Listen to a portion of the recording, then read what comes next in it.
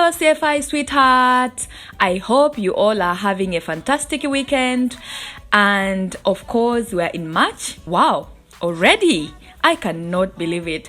It feels like we just started this year yesterday, but here we are in March, guys.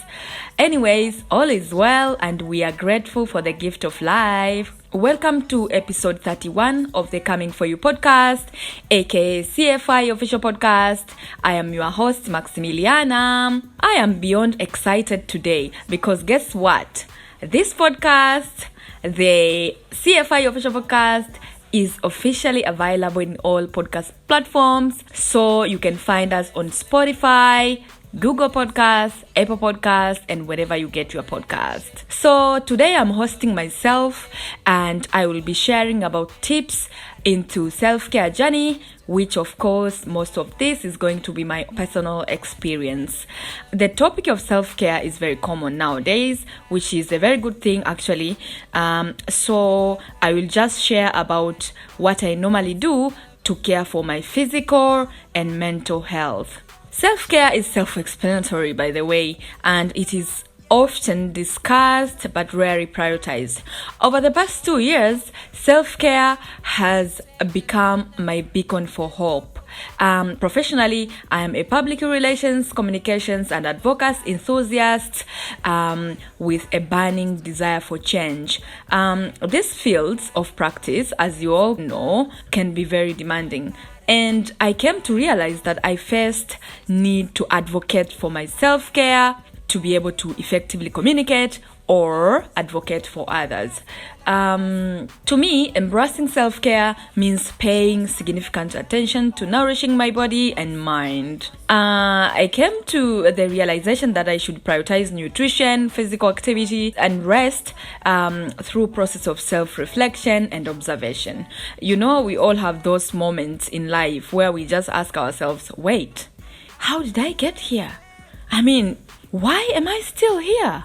So it all began when I noticed that I was constantly feeling drained, both mentally and physically. So I found myself lacking energy and experiencing mood swings.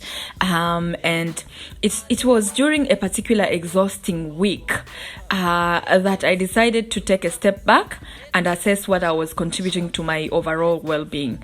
I noticed that my diet primarily consisted of mainly carbohydrates and processed snacks. And I felt the immediate impact of this unhealthy eating on my energy levels. It became clear that my body needed proper nutrition, honestly.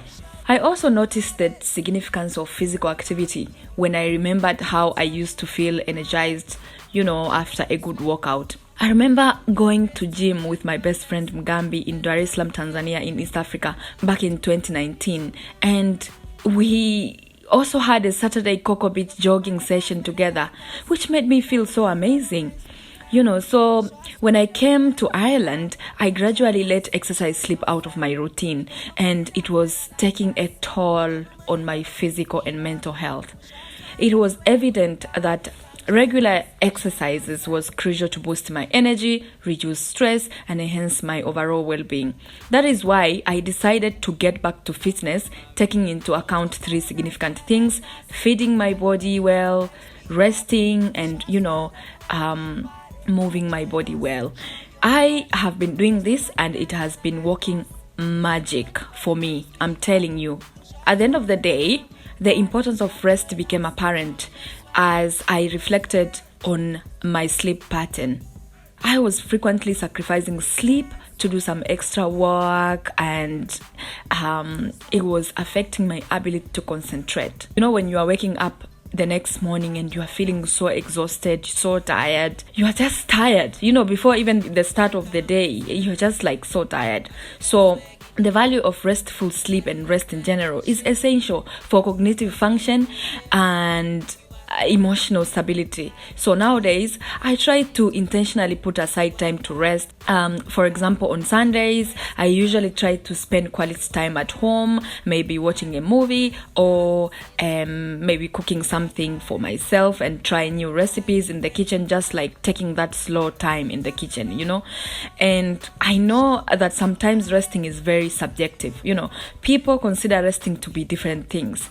Some consider changing a pattern of activity to be rest, and to some, doing nothing and maybe laying down, sleeping is relaxing to them. So you can choose your way of resting and make it consistent for the betterment of your health. I try so hard to rest, honestly, and I can't lie. Resting is even more complex for me than engaging myself in various activity. It's like I don't know how to relax. I remember when I went back home for a holiday, my sister told me, "Hey sis, try to take a rest. It's like you don't know how to rest." And I was like, okay. And when I came to reflect about what that meant, is that I'm always doing something. And it happens to us all the time. It's just we don't get time to notice, or we don't have someone to tell us like, hey, you can take a break now. But anyway, what I'm trying to say is that resting can be so hard to do. So it requires some form of commitment to relaxing our body well. I hope you CFI sweethearts get to prioritize resting your body, and I hope you do that well. I made it a slogan and it works for me very well. Every time I feel like I'm lagging behind, I just remind myself of the 3 rules: moving my body well, feeding my body well, and resting my body well. All the very best, and that is the end of episode 31 of the Coming For You podcast, aka CFI Official Podcast.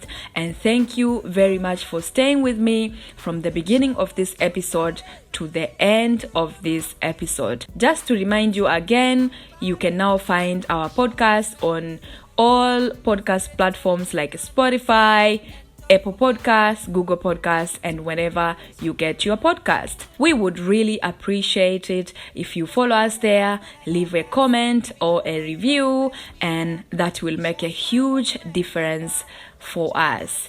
Until next time, kwaheri! We got no money but the ways we happy. We show our swag everywhere we party. Come join us, show your swag.